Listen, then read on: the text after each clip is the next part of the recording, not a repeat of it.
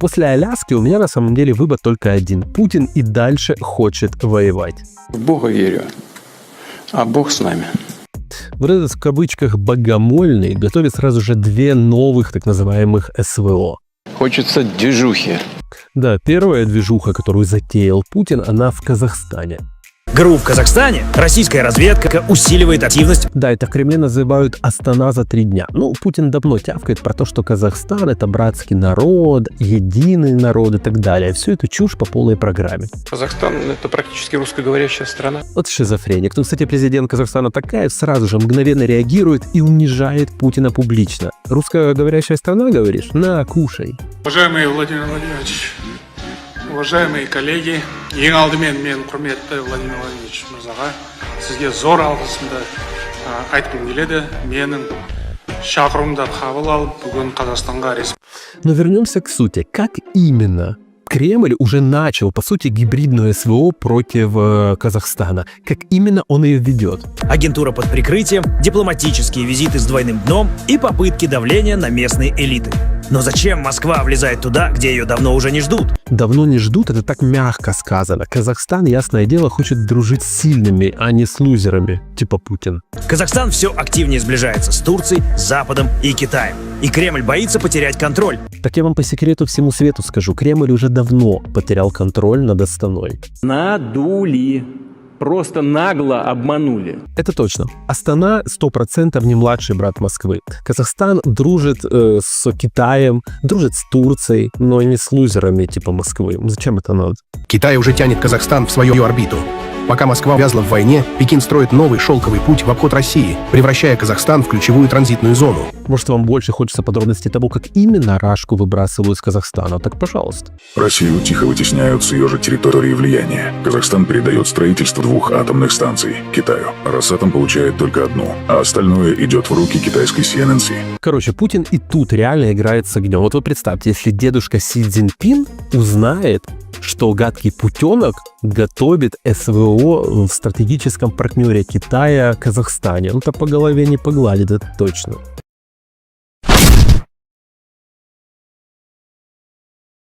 Кстати, лидер Казахстана Токаев, вы же помните, любитель бить Путина. И делает он это публично и не только на словах. По всей видимости, этот принцип будет применен и в отношении квазигосударственных территорий, коими, на наш взгляд, являются Луганск и Донецк. Вот смотрите, Казахстан обогнал рашку по доходам. Пока Россия утопает в нищете, Казахстан реально делает деньги. Казахстан обогнал Россию по доходам. Впервые в истории. ВВП на душу населения в Казахстане выше, чем в России. Когда Москва тратит миллиарды на войну, Астана вкладывает в экономику. Соседи идут вперед, пока великая держава тонет в кризисе. Ну вы поняли, если у Путина хватит мозга реально начать войну против Казахстана, его просто-напросто размажут. Мы в чужой двор не лезем. Лезете, еще и как.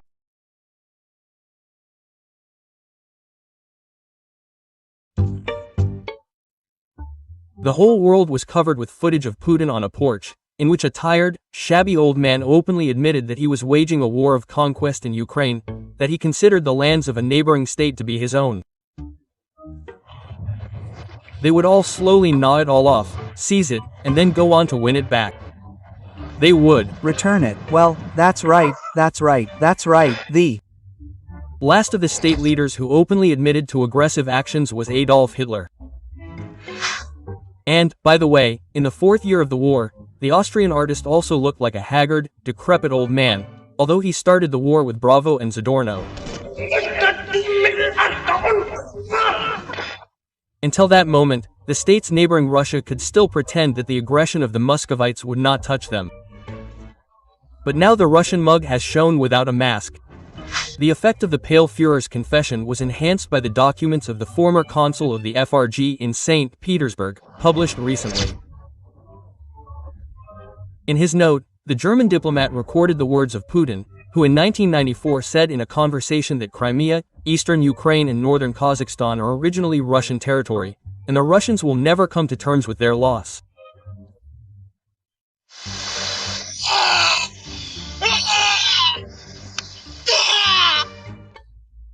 Moth was then carrying a suitcase for the mayor of St. Petersburg Sobchak, but it turns out that he was already hatching plans for aggression and began to implement them 20 years later.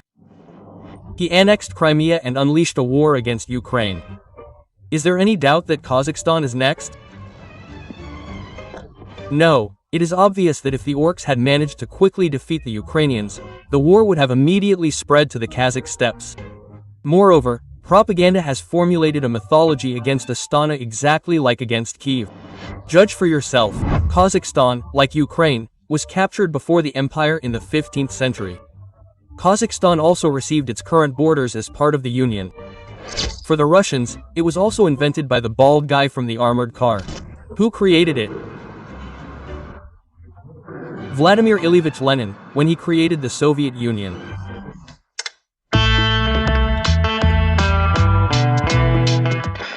Moscow is also irritated that Astana constantly reminds us of the Holodomor that the Kremlin has inflicted on the Kazakhs. Plus, the Kazakhs have dared to develop their own language, while the Russian chatter is losing influence. There is some languor about northern Kazakhstan, where they are actively getting rid of Russian names and changing them to Kazakh ones, even in Russian cities. And, of course, in Kazakhstan, as in Ukraine, a fat fifth column has been prepared from dreamers of sausages at 220 and outspoken FSB officers. Karaganda is a city. Yes, a resident of Karaganda complains to her interlocutor in a chat roulette that the Kazakhs, like the Ukrainians, have become Nazis. I work in a store. Yeah. He Goes to the store, and he sees that I am Russian. They start talking to me at shows. Now Russia will kick Ukraine, and the Kazakhs are cowards. They will go to jail. The woman was brought to justice for inciting hatred. The geopolitical alignments are also similar. Ukraine was moving away from Moscow to the west, and Kazakhstan is moving away from Moscow to the east, toward China. In order not to let Ukraine go, Putin unleashed a bloodbath. Why does anyone think that he will not do the same with Kazakhstan? It is possible. Moreover, it is not uncommon. Look how Kazakhstan appeared. In fact, at first it was called the Cossack USSR, yes, as part of the RSFSR. That is, there were no Kazakhs at all. Russia can attack Kazakhstan at any moment, without even waiting for the end of the war with Ukraine. Aggression against Astana can be an attempt to encourage the demoralized Russian society, drowning in coffins, with a small victorious war. Well, listen, let's still pay attention to the fact that the next problem is Kazakhstan, because the same, Nazi trials can begin there now in Ukraine. We have borders there and there is a lot of Russian territory there, Semipalatinsk is there, and by the way, the nuclear fuel for our entire Rosatom is also there. If there are reasons, there will be a reason. And Putin voiced his reasons, not being Sobchak's servant, but the president of Russia. In 2020, Putin, in his schizophrenic manner, once again repeated his claims to all his neighbors, including Kazakhstan. The balding geostrategist said that the countries that left the USSR took with them the original Russian territories. There, decisions were made so voluntaristically about the formation of nations. For example, the Uzbeks never existed before the revolution. There was no such ethnic name. They took it, created Uzbeks from several Central Asian peoples. The same thing was created. Well, who are the Azerbaijanis? There is no such nationality as Azerbaijan. Then, in 2020, this statement by Putin caused a real stir in Kazakhstan. The reaction was extremely harsh. A group of retired generals of the Kazakh Special Services sharply responded to the occupiers. Putin was advised not to dream of an empire.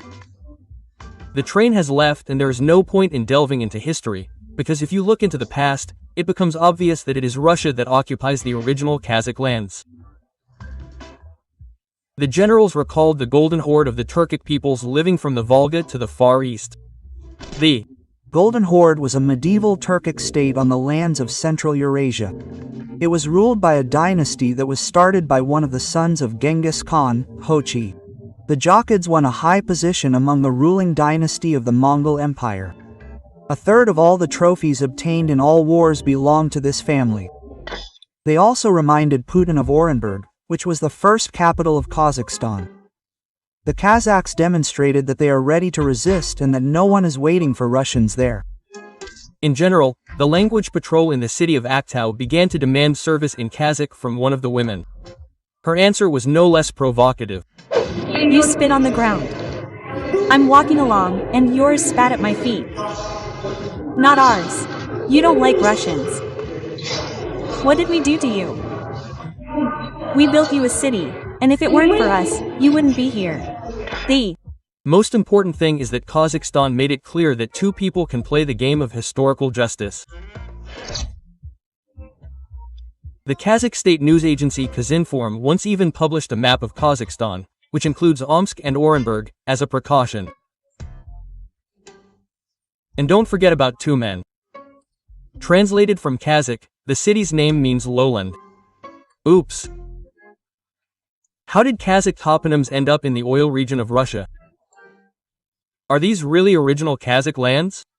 Tumen is Tumen. These are the southern edges of the Golden Horde. That is, even higher up, above Tumen, there also are territories. Kazakhstan has begun to actively cut ties with the aggressive swamps. Moscow propagandists and outright chauvinists are banned from entering the country. Kazakhs chase Russian ethnic and vatniks through the streets with wet rags. It has become obvious that all those who advocate the Russian world in Kazakhstan are potential collaborators. I will tell you what to do if a communist uprising starts near your house during a party.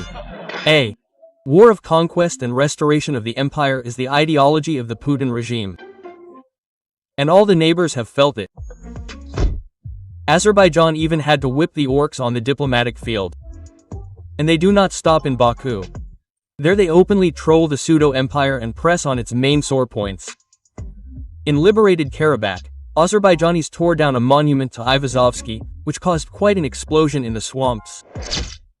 Vatniks consider him a Russian painter, although in fact he is an ethnic Armenian, Avanes Avajan. And one can understand why Azerbaijan removed a monument to an Armenian after the war with Armenia. But how can Russian chauvinists know this? For them, all Russians are those who lived in the empire. The propagandists from Stas added fuel to the fire. They wrote that the Azerbaijani authorities demolished the monument to Stepana Kurte. And this outraged Baku, because the Azerbaijani name of the city is Kankindi. In response to this, the Azerbaijani Foreign Ministry demanded an apology from the publication, and Baku suggested using historical names for Russian cities. Konigsberg instead of Kaliningrad, Renbor instead of Orenburg, Sarisu instead of Volgograd, Solzhenitsyn instead of Grozny, Tehara instead of Yuzhno-Sakhalinsk. Kurgan is not Kurgan, but a mound. Not Saratov, but Saratov. No, Astrakhan, Astrakhan.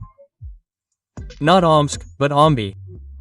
That is, all these territories, which are approximately 500-600 kilometers from the current territory of Kazakhstan to the north, were primordially Kakh lands. Azerbaijani media quickly picked up the trend and began to name Russian toponyms within the framework of historical justice.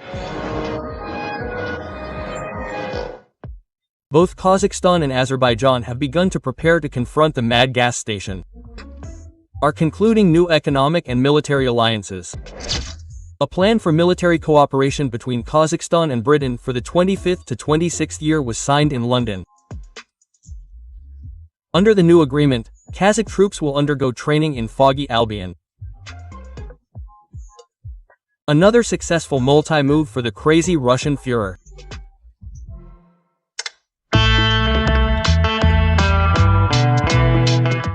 I would like to remind you that this video is created for entertainment purposes and contains elements of satire and irony. All facts and events are presented in a hyperbolic or exaggerated form to convey a comic or dramatic effect. We do not intend to mislead, but only to emphasize humor. Please take this with a smile.